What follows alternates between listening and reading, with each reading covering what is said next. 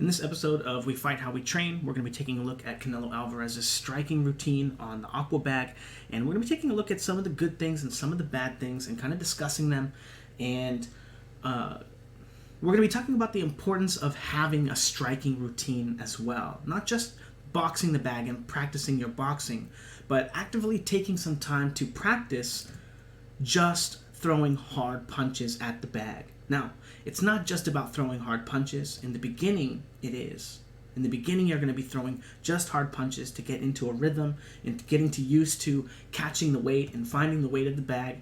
But then you need to add things to your routine. Okay, and as we can see, there are a lot of interesting things going on in Canelo's routine here. Here he's throwing a left hook and then controlling it, and then ducking, and then finding the uppercut. Excellent placement from the uppercut. When he's on the back foot, he throws his uppercut here, and then he controls the bag, crosses the line, throws his uppercut on the front foot, doesn't cross the line with the uppercut to the body, controls it again, and then right back into crossing the line with the big right hand. Now real quick with this little shot right here, he's controlling, and he gives it a big feint, and look at him take this step as he's trying to feint with this shot here, right?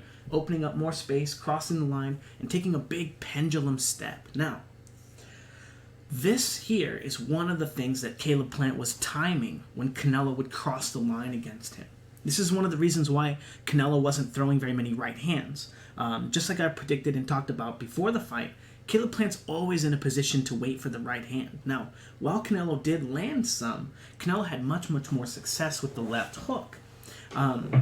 Because of the fact that he was so easily timed when he would step in with those big pendulum punches. Now, he was timed with the left hook pendulums as well, but it was easier for him to get into position instead of punching with the right hand to control Caleb Plant's lead hand so he could cross the line. Now, getting back into what we're talking about, we want you to pay attention to the big pauses in between each punch. Now, there's nothing inherently wrong with them, but after you make a strike in front of an opponent, you're going to be expecting return fire. You're going to be expecting something from your opponent, okay? Now, before we get into that, I want to show you direct translation of him throwing all these punches. Left hook to the body, almost exact same position as he practiced on the aqua bag. The aqua bag is in the air, right? But again, the position is very similar. Now look at how he controls Caleb Plant's head right after. Very similar to how he gets the glove right back into there. That's actually really great technique. But let's go back to the aqua bag real quick. I want to point out how it's not always there, right? It's not in between every punch, right? It's not in between every... But it's very important that after you make an attack against your opponent, you look to control the line because your opponent may look to attack you. So, his first attack controls here, and now he throws the right hand. Very similar position. Now, let's forgive the fact that Caleb Plant's holding on to his arm. But look how he finds the uppercut when he's on the back foot here. Almost, again, exact same position, right? Almost exact the same. Now, again, crossing the line with the right hand. Boom. And then the left hook to the head. Now, I want you to pay attention how straight up and down he is in the left hook here, okay? This is one of the reasons why it took him so many left hooks to hurt Plant. Because his head is near the center of his line. It's not making his way to the back foot here. It's not getting here as he transfers his weight. Now, pay attention to when he throws his right hand, though, and he crosses the line and he throws his right hand. We all know he has a killer right hand, right? But this is one of the reasons why it took so many left hooks for him to finally wind up hurting Caleb Plant. Now, I also want you to take a look at how he pauses after each big punch. Now, that may be expected because you're throwing all your weight, boom. And if you're not very good at chaining your weight transitions together, if you'd like to know more about that, check out my black belt boxing program below in the comment section or in the description. It's 30% off right now with promo code 30. It'll teach you how to chain your weight transitions together and add power in what I call pendulum boxing.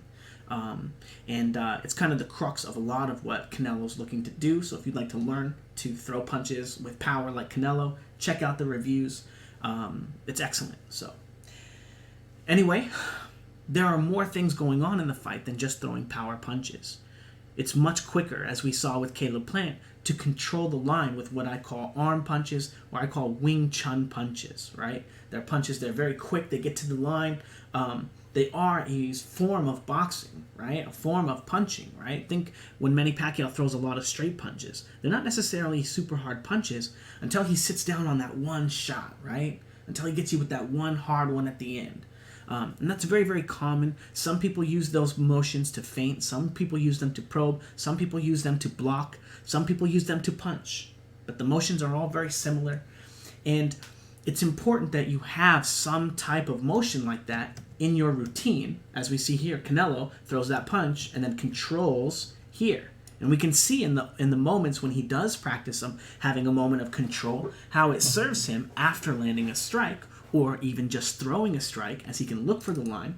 But we're going to take a look at how him having these big breaks and not practicing a routine, just practicing basic striking, but not having any, I'll call it, Wing Chun motions in his striking routine, stops him from controlling the line like a good boxer would. Okay, now I want you to think about how freaking insanely, ridiculously hard it was all career for people to hit Floyd Mayweather. And that's a very good boxing skill, okay? Of all the different skills in boxing, that's a boxing skill. And Canelo has a lot of striking skills, a lot of punching skills. He's very good at setting traps and jumping into pendulum. And I want to give him a lot of credit for not falling into the trap of Tyson Fury, right? Tyson Fury was over penduluming into his punches all fight because he doesn't have any type of striking without his pendulum. If you watch the way that he hits the heavy bags, he doesn't know how to strike without jumping into his punches. So if he can't be jumping into his punches, he's not landing anything, as evident against Deontay Wilder, right? Whereas Canelo was able to make a very good adjustment, and because he practices, for the most part, a very excellent striking routine of transferring his weight and crossing the line and transitioning his weight, and changing positions, without a lot of the dramatic boxing-like movements, he was able to do this and slow the pace down in front of Caleb Plant to find some good strikes. And I want to point out how similar this idea is to the Fouts boxing line drill. Again, all of that stuff is connected, and it's all very, very, very important. So if you're a beginner and you haven't started to pick up the levels, just trust me, okay? You'll thank yourself if you practice it. So anyway, there's a pause in between each one of his strikes in which he doesn't look to control the line all the time, right? He will here, right? Here. But we're going to take a look at some of the times, right? And again, this is a pretty good sequence here. Boom, right hand, left hook, and then controls the line, right? But I want to show you again how similar all the punches are, how he practices them, how they translate into the striking here, right? So very, very, very similar motions. Now, again, here, Canelo, very good with the striking, right? Very good with the trap. This is another drill that he practiced where he slips to the front foot, and now he's going to add a layer of striking, right? He slipped to the front foot with the boxing part, and now he's going to strike at Canelo now that he's in position. Boom, boom, right? But now he's done striking, and the boxing is again, right? It's time to box again. And Caleb Plant beats him to the line there and is able to make him pay for standing on the line after throwing a power punch, right? And again, this is something that Canelo does, and he practices in a lot of his routines because he practices almost exclusively single weight transitions in front of the bag. Now, these power punches, they take up a lot of beats up on the line. They're not free, right? And as we saw, Caleb Plant is starting to find opportunities to time Canelo before and after. Boom, body shot, and in the middle, okay? So here, Canelo coming in with the right hand, boom, boom, almost exactly like he throws it on the aqua bag, right? Overhand right into left hook to the body, classic combination. And then he tries to move into it again, and he moves into the position, uppercut to the body, and then again, sitting on the line. He doesn't look to defend himself. He doesn't realize that it's time to box, that Caleb Plant recognizes that the power punch beat is over and that it's now time to control the line. And Caleb Plant does that with a right hand. He does it with a really simple, easy right hand. It's not a lot of power, but Canelo sits on the line and winds up eating it because he doesn't look to control the line after that punch. Okay, again, we're going to take a look at a few more examples here. This is an excellent example here. Again, throwing that right hand. Again, look at how he gets his weight into it. Excellent, getting the weight to the front foot. But now, he doesn't look to defend his position, and it's a very, very similar position as he was just in on the aqua bag, and he gets hit with an uppercut by Caleb Plant because Caleb Plant's faster on and off the line. And then he looks to throw that left hook, just like he throws on the aqua bag, and Caleb Plant has gotten a piece of that as well. So this whole entire engagement, Caleb Plant is controlling the line, pushing him off, and then Canelo looks to change positions and throw a right hand. He may get Caleb Plant a little bit, but I think Caleb Plant rolls most of the weight, even though I do think he gets a little bit tagged. But then he gets tagged, getting pull countered with the uppercut as he moves back on the line, again, because of the way that Canelo practices his heavy bag routine. And then again, there's a beat, and Caleb Plant is able to get control of the line. Again, very similarly, if he were to have just punched Canelo in the face, he's blocking. But he also could have thrown that straight right hand that he threw in the last sequence when he was countering Canelo against the ropes just as easily. Now, again, boom, throwing the same shot and then getting stuck on the line and eating another straight right hand. Again, another similar motion to just blocking. But again, Canelo, after throwing this big shot, not looking to immediately get his head off the line or get control of it, but also look at where his head is when he throws it, right in the center of his line. Again, another one of those big reasons why he wasn't able to hurt Canelo or hurt Caleb Plant for so long, because he's throwing what I call a Wing Chun left hook. This would be the kind of left hook that you would throw if you wanted to stay in position to throw a right hand, right? Think more like the left hook to the body, okay? So essentially, he's throwing a left hook to the body, but he's throwing it to the head. And the only reason the left hook to the body has that much value is because you can keep your weight low, and you're also hitting your opponent in the liver, right? So anyway, he's throwing a body shot to the head, so he's not getting that much value. I mean, you still don't want to get hit by it. But again, here, the same thing, right? Just translate right into that, throwing that same punch, and then getting tagged, and then tagged again. So again, we fight how we train.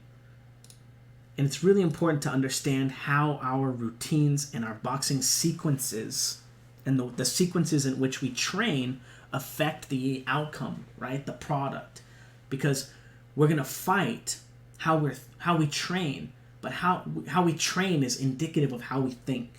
So you want to be thinking about what's next on the line, okay? This is one of the most important ideas in training.